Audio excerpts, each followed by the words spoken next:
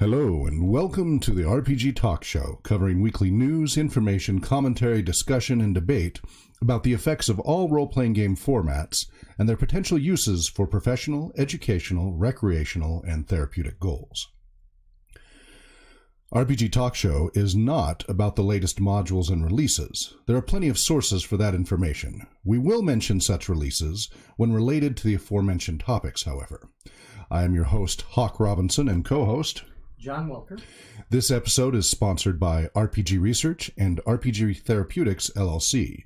You can learn more about RPG Research, the nonprofit 501c3 research and human services organization, at www.rpgresearch.com, and about RPG Therapeutics, LLC, the for-profit professional services company, at www.rpgtherapeutics.com. And for the RPG Talk Show, our website is rpgtalkshow.com. You can chat with us now, if you're watching the live stream, in our Twitch channel at twitch.tv/RPG Research, and you can tweet us on Twitter at RPG Talk Show. Also, there is a growing campaign asking for us to speak on TED Talk or TEDx Talk. So if you would like to join that campaign, just swing by our website for the link. Our show has the following typical formats. We try to answer any community questions first, which I think I'm going to do at length this time around because of the Pax video, because those are kind of community questions that are put out there. I don't think we have anything direct from Twitter or Twitch or Facebook or email, but again, I'm still catching up on the email backlog. I do have one Facebook question about elderly populations. Oh, yes, you do. Okay, that's right, I'll pull that up, we'll read that, and then I will give you an answer on that. Excellent. It's definitely faster for me to just verbally answer it than type it all up. Then we cover the latest general RPG news related to our focus on role-playing games and research. Then RPG-related theory discussion, and then the latest updates on RPG Research, the RPG Bus, RPG Trailer, RPG Tour, etc. So first, let's start with our community response. Let me pull up the right page here. I did have that up, but I might have... Okay, here we go. And over there's your message. Okay. So, and did they want to be anonymous, or are they okay with us stating who they are? They probably want anonymous. Okay. It was a Facebook question. Okay. So it's someone in Canada who volunteers with a nonprofit. Well, they mentioned the organization. You mentioned the organization. Okay. Level Up Gaming League that is making a pitch to a series of seniors complexes in our city. I am on the hunt for resources and insights. The seniors' homes are most interested in combating senior isolation. And, of course, asking about, can role-playing games help with this, and do we have any prior experience doing so? I don't think you as volunteers have been involved in any of the senior programs I've done over the years, correct? I think most of those I've done as either my own projects, prior professions, and in private practice through RPG Therapeutics. So I'll have to give my answers in that context. There's no reason we can't. We just, until we get more game masters trained up, we've had to limit how many programs we're running simultaneously between finances and training game masters. We're trying to get more people trained up. I've had individual seniors at my games, but I've never had a direct population of seniors where that was the goal.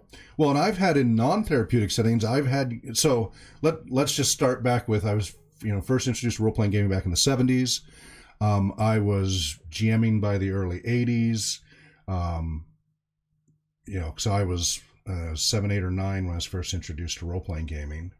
And then I was GMing by the time I think I was 11, occasionally. And by the time I was 13, I was a paid game master. People paid me to run games by 13 years old.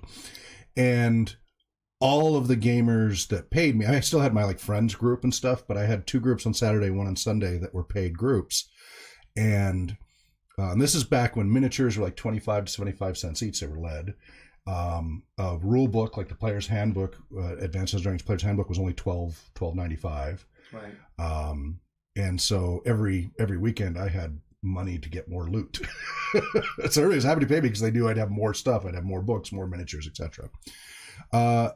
The youngest player at my table when I was GMing at 13, I think was 17, who became a close friend of mine over the years. Most of the players were college level, and some were in their 50s and 60s, even at that time. And then some of those groups I ran for about 7 years. So some of them started to hit their 70s. I've run programs in educational settings for gifted and talented. I have myself run different activities for, like, since I was in third grade, I've worked with elderly. It started, I got in trouble. Can't remember what exactly I did. I think I stole a candy bar from a 7-Eleven or something when I was in third grade. And I got caught. And so my community service through the school I was going at was I had to go work at this senior care home in Utah. It was called St. Joseph's Villa. So I was going to St. Anne's. And I did my community hours, and I liked it so much, I just kept going. And a lot of times it was just going and just talking to them, or going on walks, or doing activities, or doing games with them. And I wasn't doing, I can't remember if I was doing role-playing. I didn't do role-playing games with them. But that was my first exposure to working with that population in any capacity. I mean, that's an unusual thing for that young to do that. And I did that for a year or more. What started to happen, though, is they started dying. And as a kid, that's some pretty heavy stuff. You show up, and sometimes I was going there almost daily after school sometimes. Like, sometimes I was there 4 or 5 times a week because I really enjoyed it. And and I started losing friends, basically, 90-year-old friends. But I started losing these dear people. And after Dr. Brown, I think he was like 90. I just remember, I was a little kid, but I remember being very tall and we go on walks.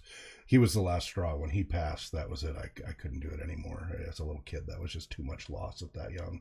Right. So I stopped doing it after that because everybody I knew had passed. But the years passed, and I've been a nurse's aide, rehabilitation therapist, and I've worked in multiple senior care facilities. I've done music and recreation therapy with a number of elderly across multiple states, and a number of games. Also working with brain injury, working with both elderly and other ages with brain injury. I generally have not run large groups for that. It was often more one-on-one. If I did a role-playing game with somebody who was in a care facility, who's senior and was having potentially cognitive decline, it was often one-on-one or just 2 or 3. It was very small groups. That helped. Part of it was, and that was intentional, because the one time I tried to do a full group of elderly who were inpatient, so these are in care, not out care. I have run groups with people who are in their 70s just at gang stores and stuff, repeatedly. It's like any other game. There's a different cohort. The jokes might be a little different, but they're already gamers and they already get it, and they've been gaming, at least as long as us. So, if you look at Gygax, would now be in his 70s. So that would be that peer group anyway. So for gamers who are just aging into it, it's no different than any other group. It might be a little mellower in a different cohort discussion and jokes.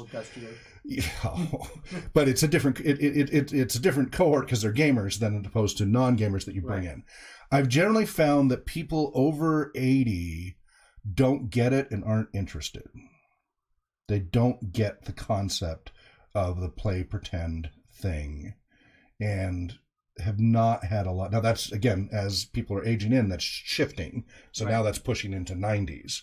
The oldest person I've GM'd was 96. Wow. That was back in Utah.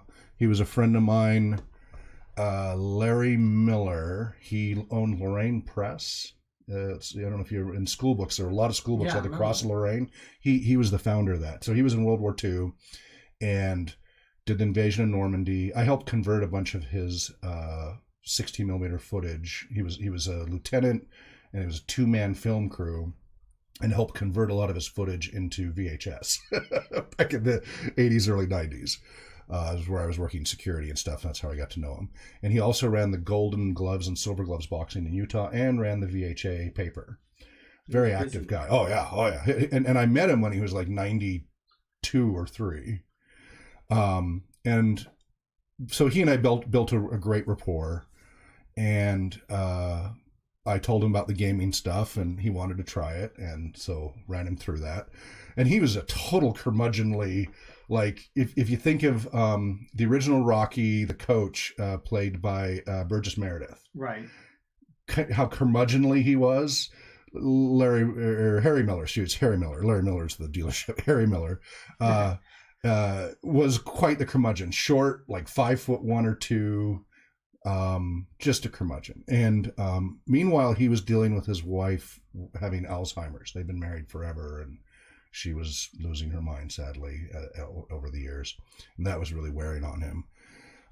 But he came to his office every day. He'd sleep midday in the couch and continue the day. He was very busy. But we did some game sessions together, and it was only because we had built a rapport that he was even open to. He was just kind of curious what this was about, and I explained it to him, and he just didn't get it. And he was kind of a hands-on guy. He's like, "Well, then show me." So we played with him and a few of his other people that worked for him, and he thought that was different. It was a different experience. I think we played like 2 or 3 sessions, so we were able to wrap up a good storyline. But he basically said he had lived enough real world adventures he didn't need to pretend. So in World War II, they got lost in the Normandy invasion and ended up in Paris accidentally before Patton. So there's a photo of him and his the other lieutenant with really worried looks, surrounded by a bunch of happy Parisians celebrating the Americans arriving. Right, but they're all alone. Patton is not like people stealing his thunder. Anyway, a lot of that footage has ended up on PBS and everything over the decades. So, that's cool. Yeah. So, D&D Grandma. Okay. This is on Twitter, at DND Grandma. 74-year-old D&D gamer. You are never too old to try new things. I agree. But again, that's a cohort that wouldn't be unusual.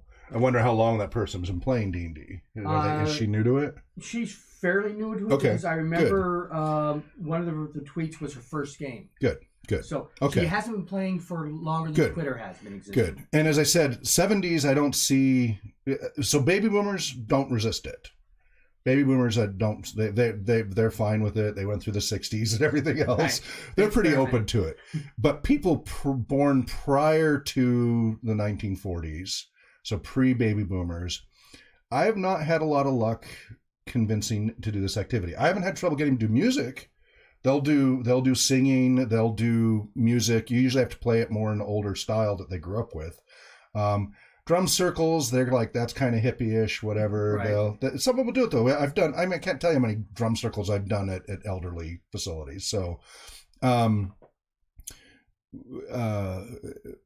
anyway, the role-playing gaming, right now, the cutoff is in the 80s, upper 80s, pushing in the 90s, that I haven't had a lot of. And again, Harry Miller was fine with it, but it's not something he adopted, and then he and I were friends for years, and then he started to get a heart thing, and then he passed away some years later. He was at my wedding and everything too when I first got married. And he was just kind of like, okay. And then I've run it I ran it at a mine, and this is when I was when I was 16 or 17. I used to work summers at a gold mine in Idaho, and I talked to a bunch of the miners there. These are, blue collar, rugged, tough guys. It's literally spittoon tobacco, right. All of that. Talked them into try a role playing game. I ran them through Middle Earth role playing MERP, and ran that for a few weeks, and they still talk about it. That's cool. And they were all 40s, 50s, 60s by that point, and. What accommodations do you need to make for? So with the different populations I work with, so that's the thing, is it depends on what other comorbid issues there might be. If they're just standard aging, slower, cognitive decline, you just got to take things slower. Don't rush things as much. Make your speech patterns slower and be very clear. Enunciate clearly. You may have to raise your voice. You need to find out who has hearing impairment, because that's a common thing. Visual impairment, because their eyesight is getting weak, so use larger dice. Exaggerated character sheets. Remember those colorful character sheets we had? Yeah. I made custom versions of something like that. Again, this is decades ago, but the equivalent thing, I just blew up sections of the character sheets that needed to be referenced frequently to make them easier to read. Lots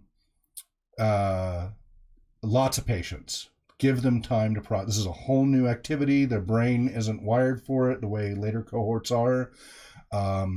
But if you're patient, because they're patient, they have a lot more patience than younger generations do. Right. That's just, developmentally, and you're just slower when you get older. Your clock slows down. Your internal clock does literally slow down. So slow the game down a little bit and give them time. If you're doing a mixed group, so if it's all elderly, that won't be a problem. If they're all roughly the same cohort group, that's a piece of cake. Everybody will take turns and it'll be just fine. Where I've had, and so I haven't had any trouble with those groups. The ones I've had trouble with are mixed groups. If they're younger, if they're in their 40s or something, not a big deal. But if they're teens or 20s, they tend to be impatient. They tend to not speak clearly, mumble a lot. The elderly can't hear what they're saying. They get frustrated with that. The younger ones get impatient for the older ones to hurry and make a decision and act. So you got to make sure you're being careful with who you're mixing, because there is a significant generational functional difference between the younger ones and the older ones, and the play style is different. The play style for younger ones is much more action based and fast paced, and there's less patience. Elderly, depending upon who it is, it's going to depend.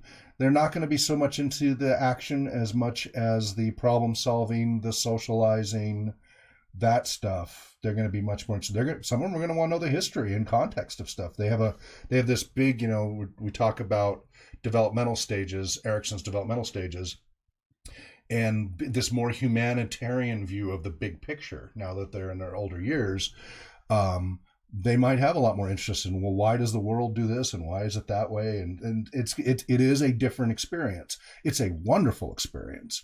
The creativity, because they have all that lifetime to draw upon for ideas and experiences. It's a great group to run. I can't think of any that I had. Again, if it was a single cohort where they're all about the same age, same decade or so, no problems. Just take your time, be patient, do adaptive things for hearing and vision, etc. It's only the mixed groups I had trouble, whether in an inpatient or just a public setting, that there were tensions. Either the more elderly ones got fed up with the young ones, or the young ones got fed up with the elderly ones. That is a tension that you have to deal with. Is there a genre preference? That's another thing. While we have been raised with fantasy and science fiction, remember, fantasy and science fiction is a minority for the U.S. population and the general population of the world. Fantasy and science fiction as we know it is really a late 19th, early 20th century forward thing. And that's sci-fi. Like fantasy, fantasy is really more, Tolkien is what really turned that into more than just fairy tales and this whole other genre. And you can listen on all my lectures about Tolkien because of my whole Tolkien background. You can read Other Minds magazine for a lot of info on that. So a lot of people are not into sci-fi and fantasy. So a gumshoe police detective in the 1920s or 40s, excellent setting to use. They get that immediately, whether it was radio shows or matinee movies, or later TV shows. They get that genre, and a lot of them like that, male or female, right? Agatha Christie, all the others, Sherlock Holmes, Agatha Christie, whatever. You throw in any of these police, procedural, gumshoe detective mystery stuff, that's a great one to use. That will have a far less pushback. You try to push fantasy and D&D and stuff, and again, it depends on how curmudgeonly they are, right? We're all individuals. I'm really heavily generalizing here. There's going to be a wide range of exceptions. Yeah, and the only problem with that is the only good system for that's Boot Hill, and it's out of print. Right. All the other Westerns are horror and zombie based and stuff like that, and you can whittle them down, but by default, that's not something they would necessarily connect with. And again, going to depend on the individuals, but that's probably the safest one. Is a mystery detective gumshoe type one. You could use Call of Cthulhu and take out all the Cthulhu stuff. You got to be also careful about any of their spiritual beliefs. So if they are devoutly Christian or something like that, you do not want to play something like Cthulhu or horror or fantasy based. They may have bought into all the hype of the 80s. Don't use Dungeons and Dragons then. Use a different role-playing game. This is where your assessment comes in handy. This is where, so my genre interest assessment comes in. Rules light is better than rules complex just because of the slower cognitive processing. Even if you're going to use a complex system, start them out with a light version of the rules. So like GURPS light versus full-blown GURPS or something. So, and you should do that for introducing anybody. I don't care who it is. Start with the lighter rules and then layer the rules on as you go. You can add complexity over time. There's nothing that says you have to do it all up front. Which is why Beckney's perfect. Yeah, Basic, Expert, Companion, Masters, and Immortals, D&D. Yeah, Beckney is great for that. Yeah, so does that answer? I hope that answers the person in Canada asking. But hopefully they were listening. Or well, you'll have to, if they're a Patreon supporter. Like, yeah, we got an answer just for you, but need to make that donation. Unless they're tuned in live right now, which would be great if they were, but we probably didn't get a chance to tell them that we were going to do that. We should probably try to do that. We should say when people ask, like, great question, listen to our show Saturdays 11 a.m. to noon, and we'll answer your question then. That probably wouldn't be a bad idea we'll make that a thing. Yeah.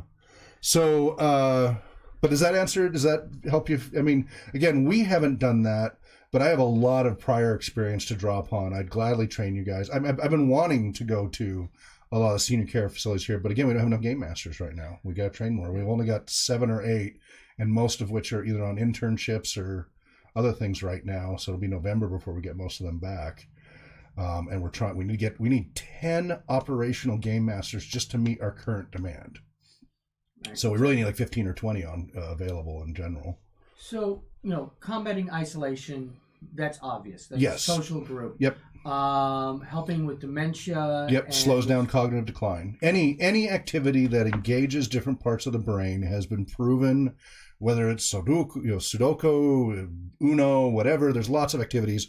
The problem with a lot of those games is they're specialized areas of the brain. So they get really good at just doing numbers, or they get really good at just color matching or something like that.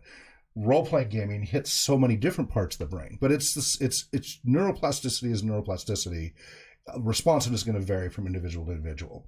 So the same research that I found with brain injury and using role-playing games to help with brain injury recovery is also applicable to slowing down cognitive decline. Now, something like Alzheimer's, that is a biological process that, as far as we understand at this point, between the plaques and everything else building up. Generally, it's 8 years. But here's the thing. You can make a huge difference in the quality of life for 8 years. Now, early onset can be a lot faster, but right. Standard Alzheimer's, once it's bad enough that you get a diagnosis, typically you have about 8-year window before death.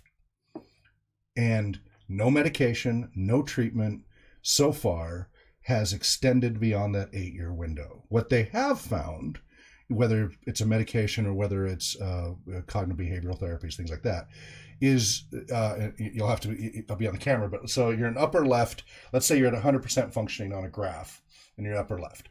And a normal, if you don't intervene, Alzheimer's will quickly slump down, and it may be less than 8 years, right? Their life expectancy goes way down, and it drops very, very quickly to a low functioning level until death. And so it's just very precipitous. Steady, but much lower functioning.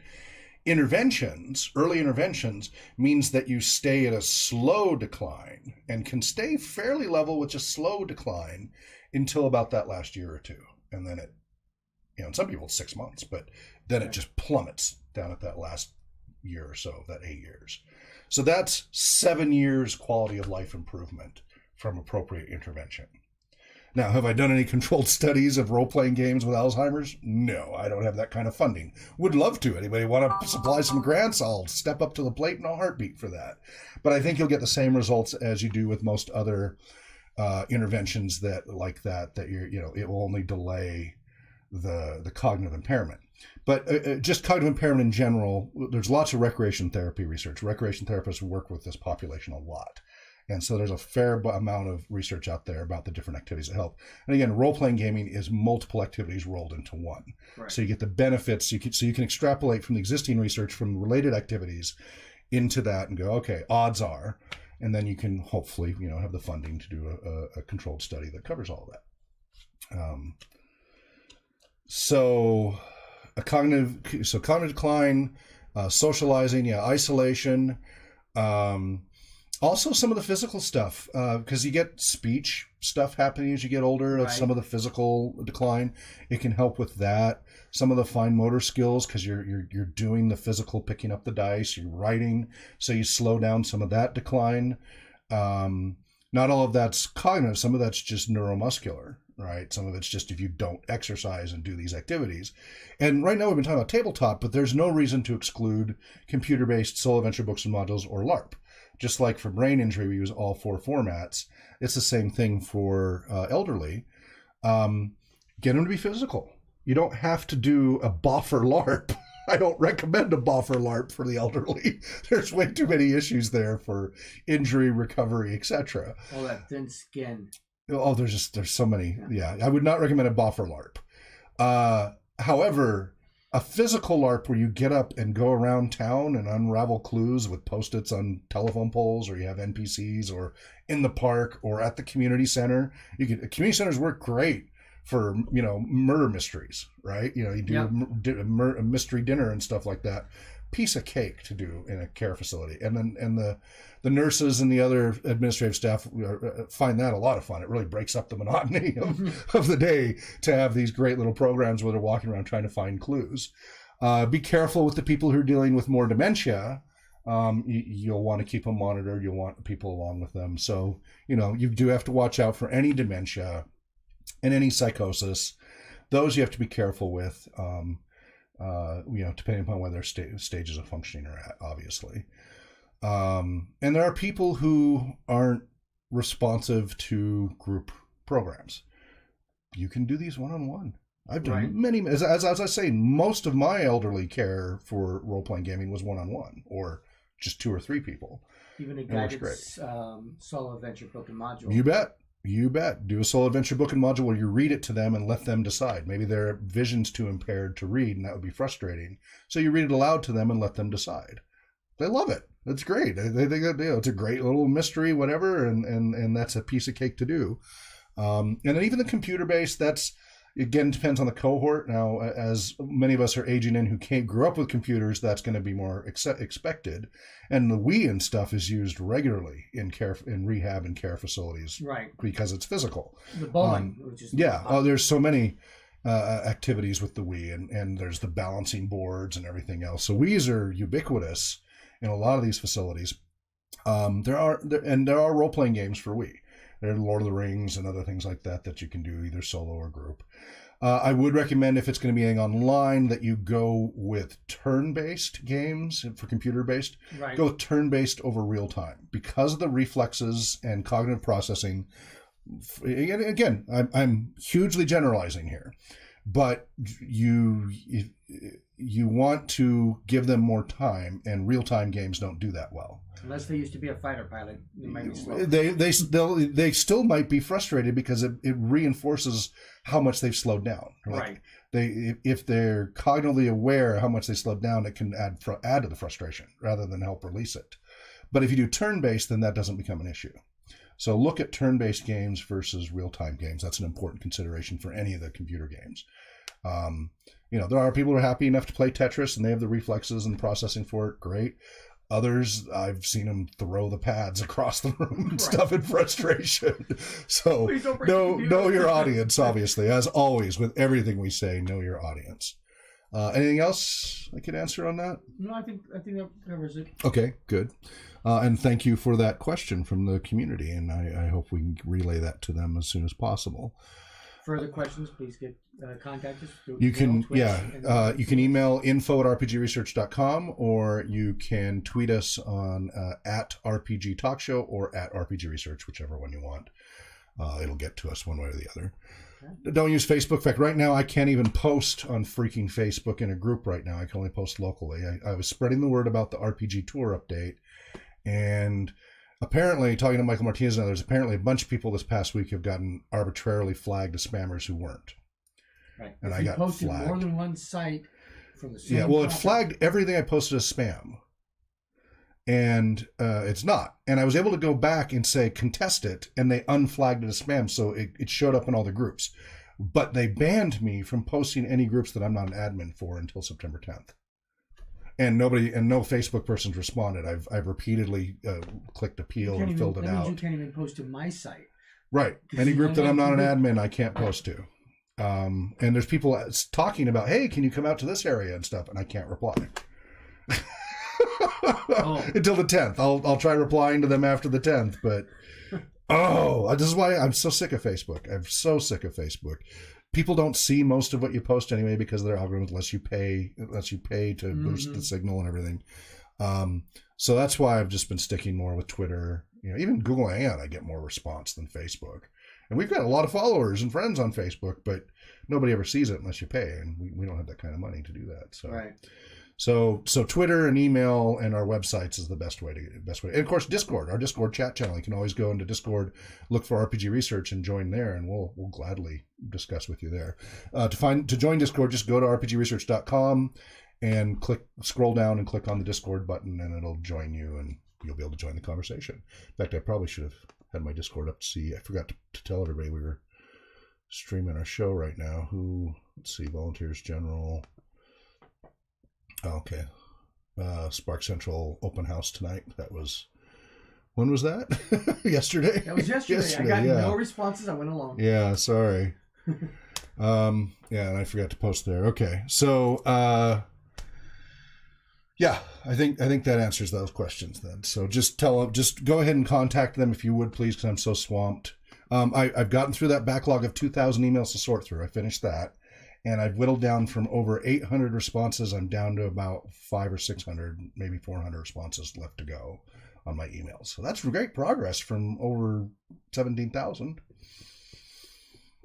But I'm still backlogged almost 2 months on some of my responses. So I'm getting there. Hopefully none of the time-sensitive ones.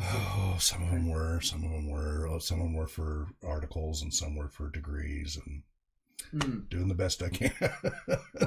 Got to get more people trained up so I can just delegate that to others. We have a third research assistant just added, Angela, who's I think on the East Coast. I have to double check the records. So she's onboarding by Tuesday. She'll be joining the other two from Saudi Arabia and here in Spokane, Omar and Eric. And so she'll be joining the training sessions on Tuesdays. She says she can do that, so that's great. And I've got a lot of other people I've got to start responding to their applications and onboarding them. But not as many game masters this round. A lot of research assistants, player archetypes, advocates, and facilitators. Not a whole lot of GM applicants this time or this wave. We need to get the word back out about that because we need 10 more game masters still easily. Because it takes 3 to 9 months to train up our game masters. Even with their experience, it takes a minimum of 3 months to get them in the ballpark of where we want them to be able to run, like at Spark or something. And obviously longer to do the more advanced programs. So you can find out more info on that if you go to rpgresearch.com/volunteers, or you can go to indeedjobs.com/RPG-research, and you'll see there's 10 different positions open with many slots available in each position. So like Game Masters, we're probably just going to keep that position open because we'll never get enough of those. They're the lifeblood of our programs. But also the researchers too. I'm really glad the researchers are onboarding. So she just finished her master's. Omar finished his bachelor's, both in psychology. And then Eric's actually coming from an engineering and biochem background. And he's just working on a bunch of certifications for that right now. So good interdisciplinary, diverse background coming along there. And I've got another half dozen or more applicants for the research assistant positions coming up. So she's planning Angela's planning to go on to her PhD, but it'll be a year before she applies, and she wants some hands-on work to do and Great. Bring them on. Let's see, we're running tight on time. Let's cover some of the other. Let's go ahead and go with the news then. Okay, news. We'll keep it nice and sweet.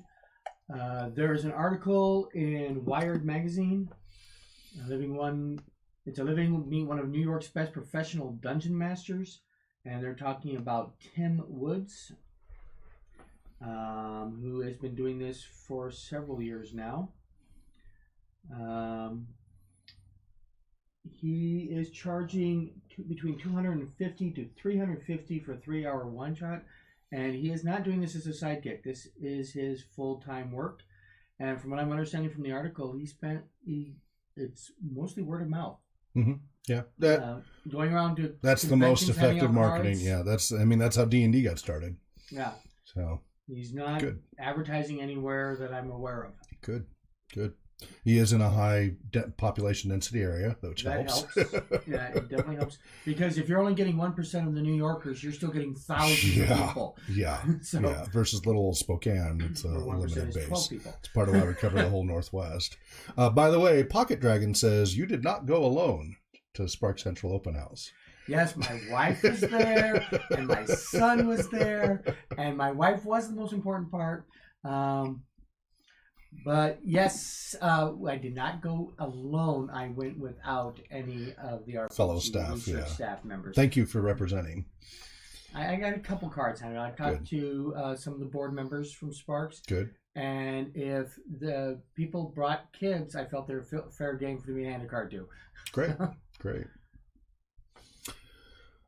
So there was an earlier article from Sci-Fi magazine on him as well. And I think the BBC as well did a bit. So he's been getting a lot of press.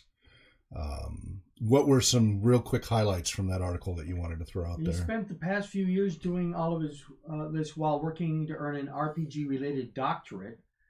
His dissertation title is Anything Can Be Attempted, Tabletop Role-Playing Games and Learning and Pedagogy. Goji. Yeah, it's educational techniques and such. It's the science that studies doing education and such, and the techniques and approaches. And he talked about things like being worried that people are going to get upset if they lose a character and things like that. This is where you really need that interview. Well, it helps, but we've also, like at our community programs, we don't always have time to do the assessments. Right. And on the fly, we bring in these at-risk youth and other kids who, I love telling that anecdote we've talked about before, so I won't go into full depth, but the kid who died, his character died within 45 minutes, hour and a half going in, was in tears. Tough street kid, and was in tears about it, 14, 15 years old. And luckily we had a volunteer who could hand over the character and let him take over, which was the character that was trying to rescue the one who died. Right. Which was really interesting. He was just like, whoa. And I was like, but we made it clear, no, you don't get a new life. There's no auto-res. Character dies. And going from video games to that, it's an important lesson. It's a hard lesson. And it's tough for some people, adults and kids alike, to accept. That there's real consequences and that you can't undo certain things. In video games, you just restart, new life, start the game over, whatever, just play it again. Role-playing gaming, you have to start all over with a different character. That is an alien concept. We're talking about video games and cohort effect. It is a cognitive clash of experience that they haven't had, but it's much better training for the real world than a video game in a lot of respects. In that Would context. You have backup characters pre-generated? Because if you die in the first 45 minutes of a 3-hour, $300 session. So So if we're talking professional role-playing gaming here, yes, you need to. You can't do it immediately. They don't go poof and show up. I don't like to video game-ify. This is where 5th edition's handy. It's really hard to die in 5th edition. We've had TPKs. But it's really hard to die compared to older editions. Danielle, too. So, having backup that you can then, let them be dead for a little while, but try to hurry and find somebody who's, if you're in a dungeon, they were in a in a prison. You know, they're in the dungeon as a prisoner, right? Or they're part of another group that, you know, got separated. Whatever.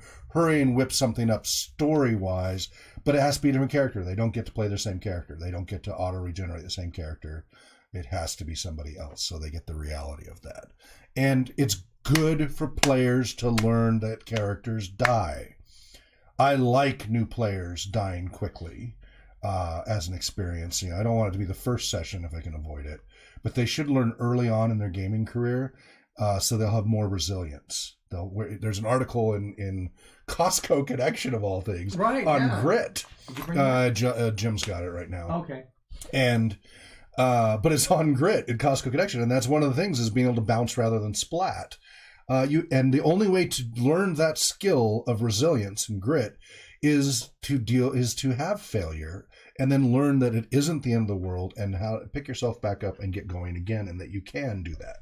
If you don't get that practice, then you're not good at that skill, like any other skill. I know there have been parental arguments between spouses about. Oh, yeah. You have to allow a child to fail. Yeah, my ex-wife and I, oh my. Yeah. She was very much the mother bear. You know, we both loved them equally. We had different ways of expressing that. And she was the mother bear who wanted to protect them from everything. And I was like, no, I need to get out there. And, you know, you got to rough up and learn. And that's how you got to go do it. If you don't experience life, you won't be prepared for life. And that's a common theme with parents, that the different parenting styles, and that can be a real struggle. And it's a very confusing message for the kids too. So, yeah. Very quickly, we'll bring up BFF.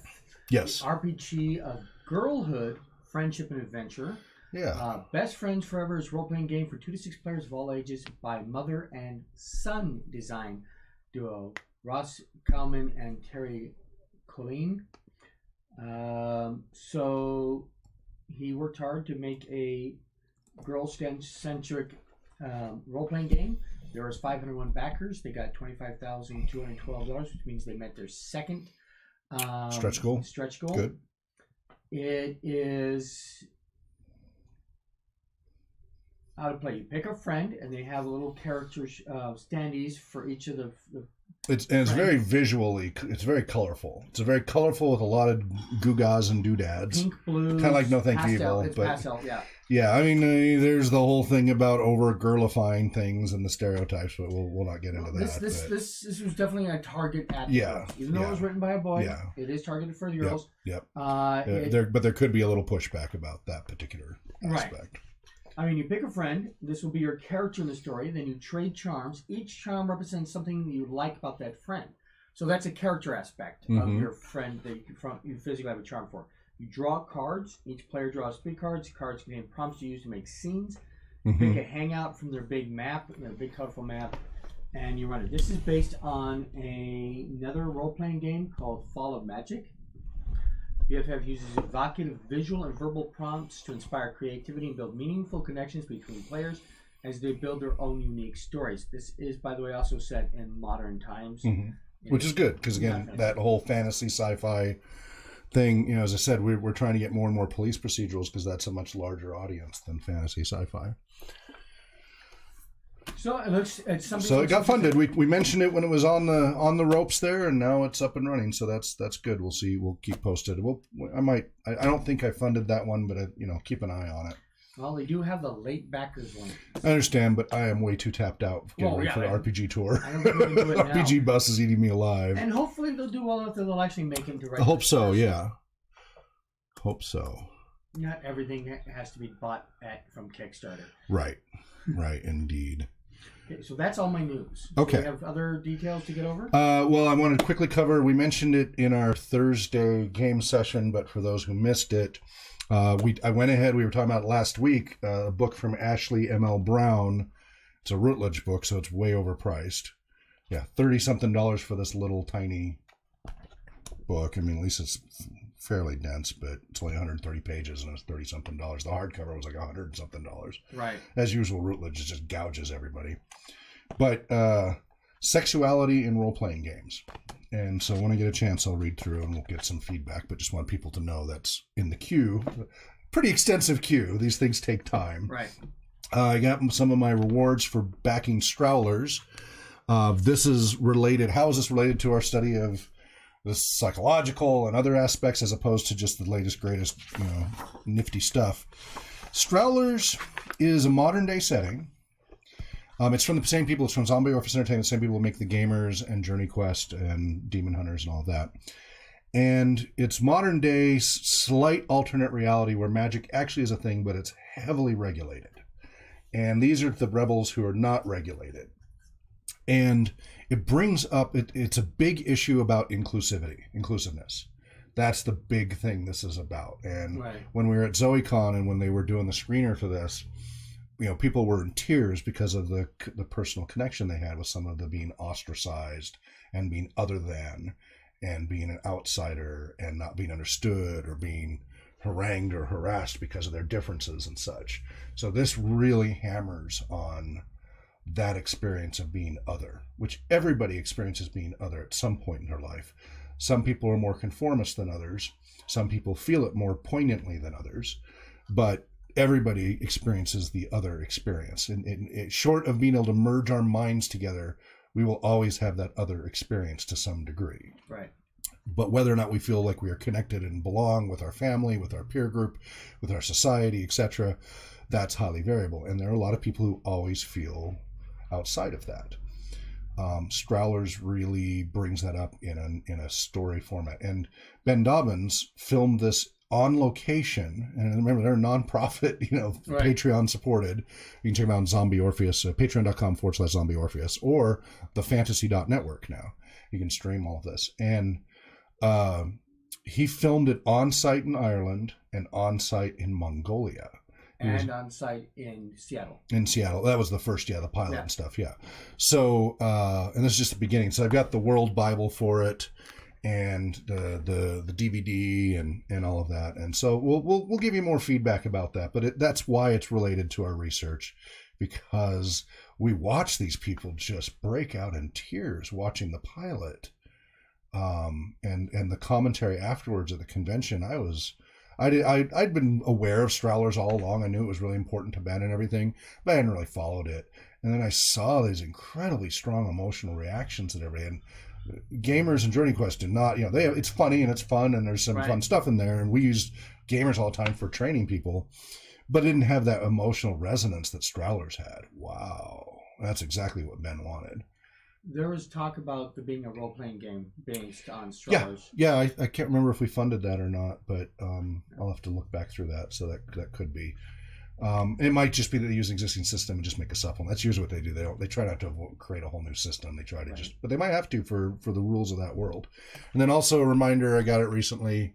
Robin's Laws of Good Game Mastering. This is from Steve Jackson Games back around 2002, and so I'm going to, at some point, it's only like 32 pages, and I'm going to be providing review and feedback and commentary and when I get a chance to read that. And then also we've been working on some new name tags. We're trying different drafts. So we've got all sorts of different ones. Your camera is... I don't think I can get actually, your camera's right there. Yeah, I'm not going to get close enough to that camera for anybody to see it. Kind of. So that's just sticking your business card in. Versus like if we were at a convention or something, a nice big one. And so we're doing that because we've had pushback about using the shirts. So we're looking at maybe sashes. Dan had a great idea about using sashes, so we'll have to figure that out. You and I will still have the shirts and stuff because I like them. I think they're good looking shirts. This is professional. I think so. But looking at creating some kind of badges, we've got lanyards, we've got clip-ons, we're trying different things. Nice big format. It's your typical convention badge. I'm worried they won't hold up. So we've got some others that are more rugged, that are smaller. And so we've got business cards in the back, but a nice big one, big RPG research logo, your first name, we don't need the last name, and then position. And then the bar is their color. So we have under a volunteer section of RPG research, the more hours you have of dedication, you get a color. So you start out as a red shirt. Everybody's a red shirt or a red bar, whatever. Right. And that's from 1 to 99 hours. Then at 100 you get, and we do the paranoia-based Roy G. Biv, red, orange, yellow, green, blue, indigo, violet. And just work your way up through that. And so we've got people in the greens. I mean, John, so Violet is 2,000 or more hours invested in RPG research, just hours. And John has surpassed that. We did the math, and he's definitely surpassed that 2,000 hours since coming on board in late 2016. November 2016. Yeah. I did the math on mine since just 2004. I'm not counting prior to 2004, all this stuff, the research I've done, all that. Just when I started to put together the RPG research project, it's over 30,000 hours that I put in. Because I put in a lot of hours. So I'm over 30,000. So I'm probably ultraviolet. But so anyway, you get your bar, and then we've got little spaces for putting, like, as we go through training programs, you get your little diplomas that you're ready to be a game master, ready to be an advocate, things like that. We got to come up, we'll have Dan or somebody create some cute logos to stick in those. Right. That's what those blanks are for. And, maybe I'll just keep it a bar, and maybe we just stick stuff on. I mean, because if we're going to have the sashes. So we're still trying to figure that out. We're just, since we're growing so fast, we have currently 17 active volunteers, but I was going through the numbers of all the volunteers we've had since I started doing that officially a year and a half ago. 32, let's see. It's under about our staff. Yeah, about our staff on rpgresearch.com. We have had, that's 2 pages now. I started tracking down, and these are some people who just auditioned briefly, but we have them recorded, or they were artists who we tried out, things like that. But we've had 34 key volunteers. This does not count all the other volunteers like MDA and all the others that were supplementary to a program we did. Right, exactly. That would be, if you go back with all that, that'd be hundreds of people. I couldn't even count all of that. But these are all people that have, we've recorded, they've been filled out paperwork, they've been some part of our programs at some point, even if it was just for a day or two, but they were a key part. We couldn't have done it without, it would have been much harder to do what we were doing without them there. That's at 34. Yeah.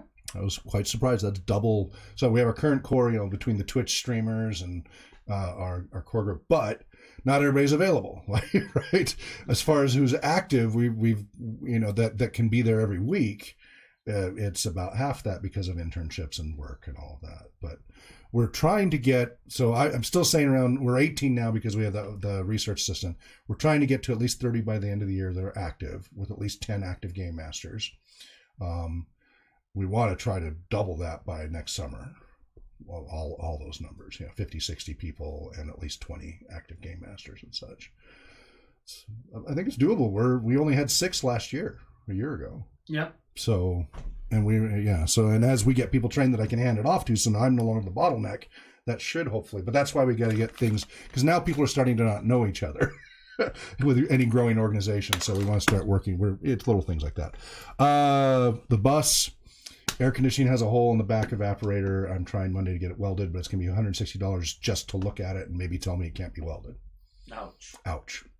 I hate paying for, we can't do nothing. Yeah, but they won't even look at it otherwise. Yeah. So, ouch. And that's after, and the power inverter I put in won't run the air conditioner because it's unmodified sine. So I just forked out another $900 and ordered a true sine, low frequency, high quality power inverter, which we were going to get next year for the RV air conditioning for it. Mm-hmm. I'm going to have to do it now as a backup because odds are I'm not going to have air conditioning otherwise.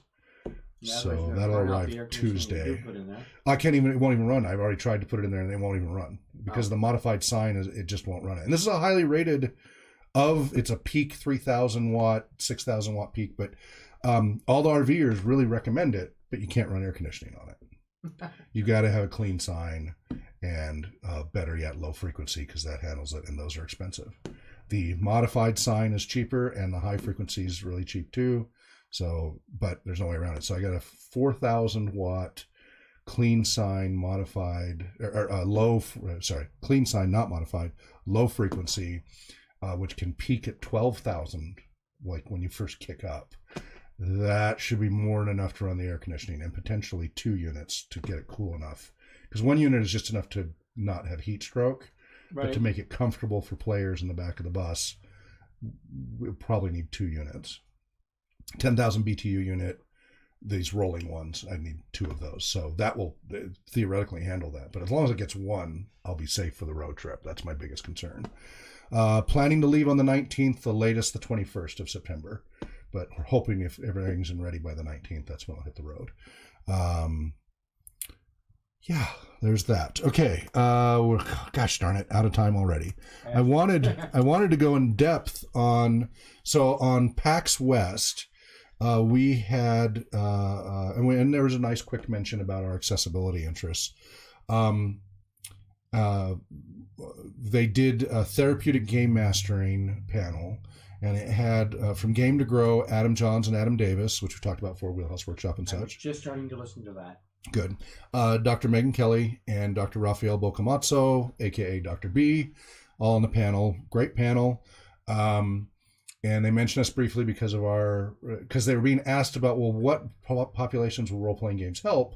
And we're the biggest accessibility advocates. I mean, we're literally going on the road with the RPG Tour, rpgtour.com, to try to raise awareness about accessibility considerations for games and music, as well as a fundraiser for RPG research. So let me try to. So they had a number of questions. The panelists. They there were questions from the audience, but they said, well, we wonder if this, and they had, so I want to answer some of those questions. I think what I'm going to have to do is I'm going to have to do a separate video because we're running out of time for the talk show. I'm going to do a response video and go ahead and answer those questions. But here's what the questions were, and I'll give a really fast run through. Okay. And then I'm going to make a nice full-length video about it, which actually, as I was breaking out, it could be separate videos for each topic. So, as usual, too much information. Too much information. Yeah. It's like, you want me on panels? I can run panels all day long for a week and not run out of new material. Just so you know. But we got to get our TED Talk down to 10 minutes. That's going to be the toughest thing for me. Can you even introduce yourself? Yes, I can. I'm getting better at it. Practice. Sign language for practice. All right. So I just wanted to preface it with saying, because they were saying about different professions and how they apply to role-playing gaming. And so my response is just about any area that therapeutic recreation / recreation therapy can help. And by the way, insurance companies will cover, including Medicare and Medicaid. Right. So all these other professionals, insurance companies generally won't cover, unfortunately, because it's considered outside of their profession. You have to do private pay. Recreation therapy, as long as you have the recreation therapy clause in your insurance, not every insurance company does, but they'll cover without question using role-playing games, by the way. Music, role-playing games, not a problem if you're a recreation therapist, etc. So we found that any area that TR and RT can help, we have found can be applied with the appropriate RPG format: tabletop, live action, solo adventure books, modules, or computer-based, and correctly adapted to the individual client's needs. So they threw out the question, is there anything role-playing games can't help? And I'm like, of course there are. There's plenty. Can't fix your car. But, yeah, well, they said, well, can't fix your broken leg. And then they went, well, it might make you more cheerful, which speeds up your healing system, and blah, blah, blah, blah. And then so they said, you heard it now. Dr. B says, if you break your leg, do role-playing games. And live-action role-playing can help you with your occupational therapy. Well, with your physical therapy. Your physical therapy. Physical therapy, yeah. So that's the thing, is TR knows how to work with any other profession in the medical field, whether it's physical therapy, occupational therapy, speech therapy, nurses, doctors, all of them. We're trained because we're usually part of a team. So not only do we run teams, we are part of a team, and we're trained heavily in that, more so than a lot of other professions. And if there is a rehabilitation process to go through that may involve, like physical therapy for a broken leg, because your muscles get atrophied and stuff, we can create a recreational way so that you keep doing your exercises and activities so that your long-term prognosis is much better. The research shows if you bring in a recreational therapist, odds are the client will stick to the program much longer and have a much better outcome long-term and have less recidivism, whether it's a mental health issue, whether it's a physical health issue, whether it's a social connection health issue, emotional health issue, even spiritual stuff, because you can bring in meditation or spiritual considerations and being active in your spiritual community and through a recreational connection. Any of the areas that are needed. So recreational therapists are also trained as holistic not holistic in the froofy new agey way. Right. Holistic as in the whole of the pie, biopsychosocial, spiritual context. We are not spiritual advisors. We are not, but we can take whatever these other specialists need to be done within the range of motion or functioning of the person and the goals that have been set, and help create programs for them using recreation to achieve those goals.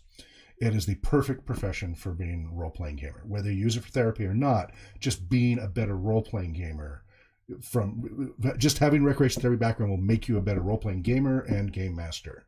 The training you get to work with groups and everything, I can't think of a better profession for your baseline.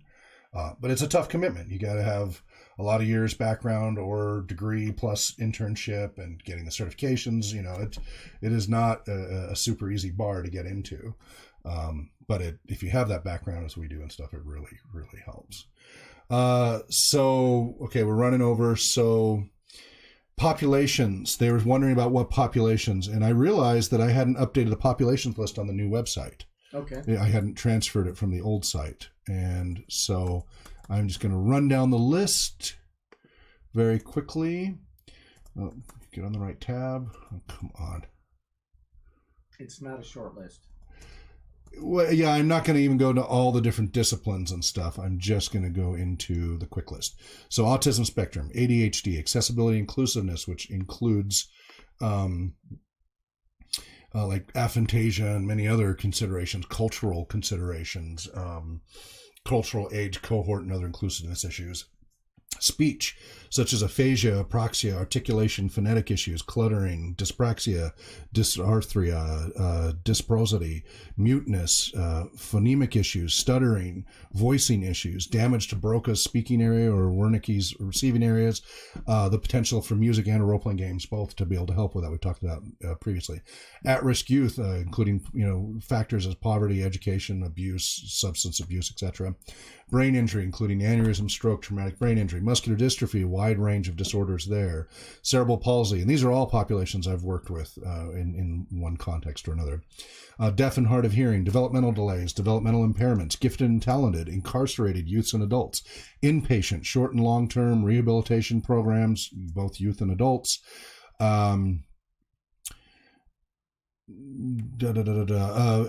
substance dependency rehabilitation transition programs from inpatient to outpatient. Any inpatient outpatient transition, rec therapists are trained for that, and we've got some great role-playing game programs for that, like Novice Mental Health and others have had some great successes with it. General social skills development, social and agoraphobia, dealing with people who've become complete shut-ins and helping them break out of that. Even visual impairment considerations under accessibility.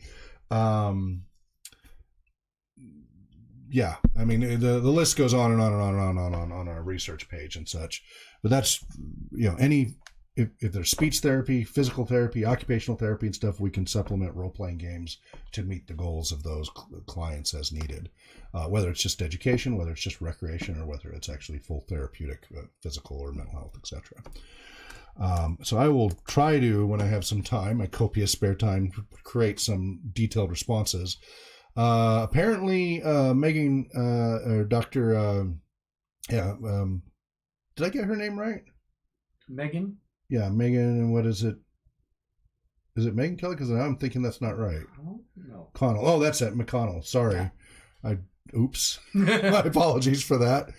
I got to go back and fix that. I can't fix the audio, but anyway, I need to fix my notes. She apparently plays a bunch of instruments. Apparently she used to do music therapy and stuff. Oh, okay. So, cool. And she listed a few instruments. So just if you're not aware, I play over 20 instruments, and we use music as well. We've composed targeted music for specific adventures. What was that haunted house ambience one? I composed the harpsichord music. And that was Death House, which was one of the modules from the Ravenloft campaign.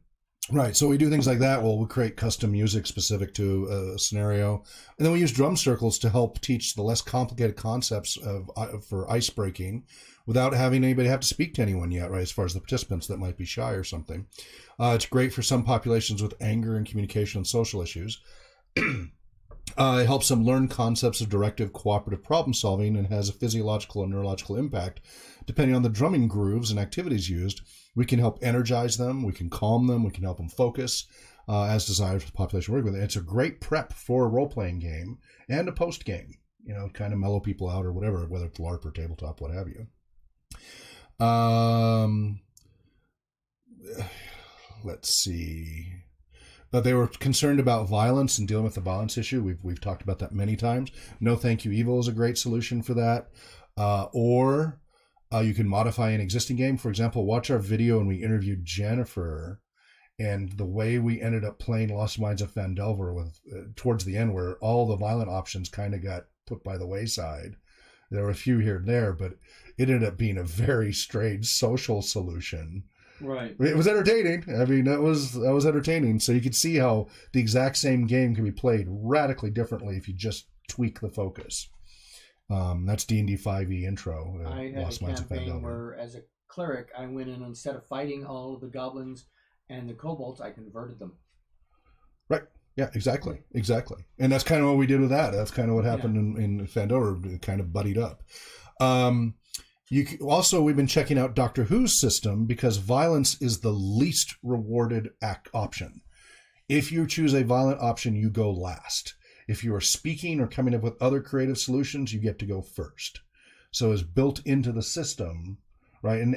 Now, how did that affect gameplay when you played it at the con? Did they stick to that, or how did that work out? No, we definitely stuck to the what order you can do, and if you changed your mind, you decided not to be violent, you can bump up and go sooner. Right.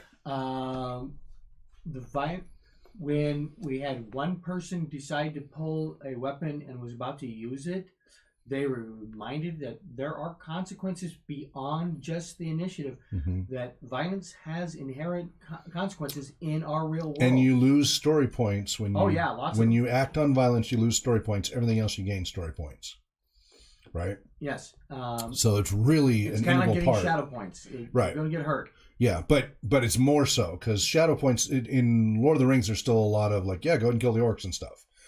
But if you do something that is outside of that good versus evil thing, then you get shadow points. Pull a Boromir or whatever. Right. If you're playing Doctor Who, it's violence, period. Attacking the orcs is still violent. You're supposed to try to find non-violent solution. Now, and that's how the series has been for a long time, and yet he has resorted to blowing them up and wiping out races, and thus the whole War Doctor conflict, and it agonizes him, and there's all that going on. But the game really reflects that. So if you want a game system that really does not reward violence, and we're looking at using it as a generic system, it is based on a generic system, but you can't get it separately. The Vortex system. Vortex. Yeah. Yes. You can't get it separately. You can only get it like licensed for a specific thing. But we're going to be trying it without the Doctor Who context, because here's the thing: a lot of times Doctor Who people don't know they're in a Doctor Who setting, so they're solving a weird mystery or something, and they don't know that there's anything supernatural or scientific or whatever going on. So I've been looking for a good modern day system we can use, and we're going to be evaluating that for just doing police procedural and stuff with it, and especially since it discourages violence. Like Montessori schools and stuff was really concerned about that for a program with them. So this is a good one to look at. Check it out.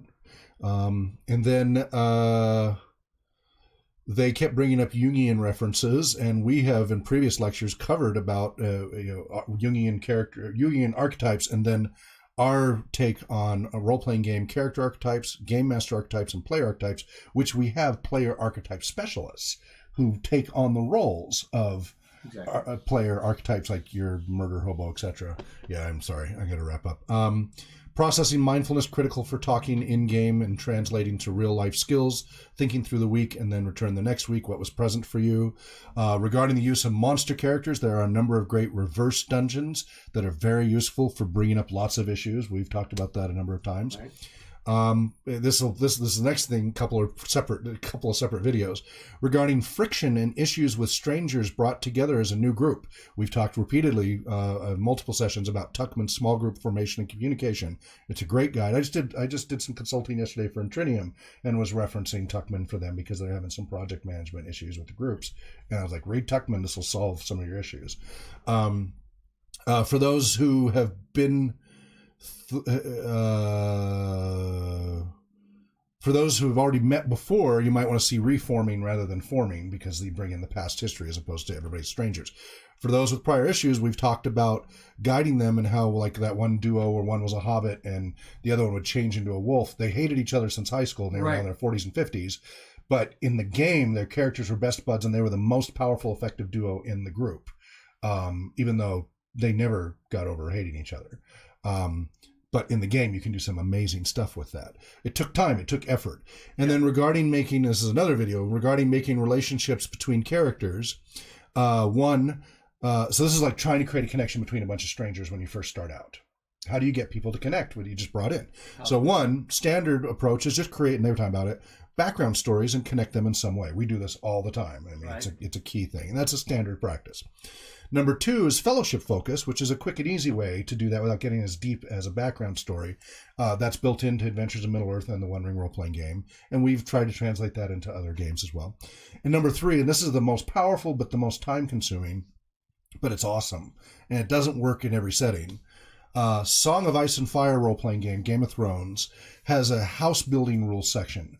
And I was able to adapt that to Greyhawk and other settings quite successfully. What happens is before you ever even make your characters, before you sketch them out or anything, you first build your house that you're all connected by in some way. And so there's some of it's rolling, some of it's selection. And by the time you're done, it takes about an hour or two. The whole group needs to be there. You now have a group identity before you've ever created your individual identity. The bonding that I've seen happen from that is amazing. And the character creation goes very differently after that too. You've created a camaraderie before they've even created their individual characters. It is definitely a collectivist versus individualist approach. Right. But it's very fascinating. So those would be three great ways if you have the time and resources to really make groups come together like that. So running a little over. Again, rpgtalkshow.com, rpgresearch.com, donate, rpgresearch.com/donate. These videos are streamed live every Saturday from 11 a.m. to noon Pacific time, but the recorded versions, the higher quality recorded versions too, are uploaded to patreon.com/rpgresearch and released to our wonderful supporters long before, sometimes 3-4 weeks, sometimes a year or two, before the general public. So that's the best way to get these in a timely fashion. Thank you for your support and feedback and interest. John, is there anything you want to say before we wrap up? Nope. The person who asked our first question that we started with, he's tuning in right now, so hopefully he gets to watch a little bit of it. Okay. Well, yeah. Thank you very much. And wherever you may be well, happy gaming, and Namarie. Dream well.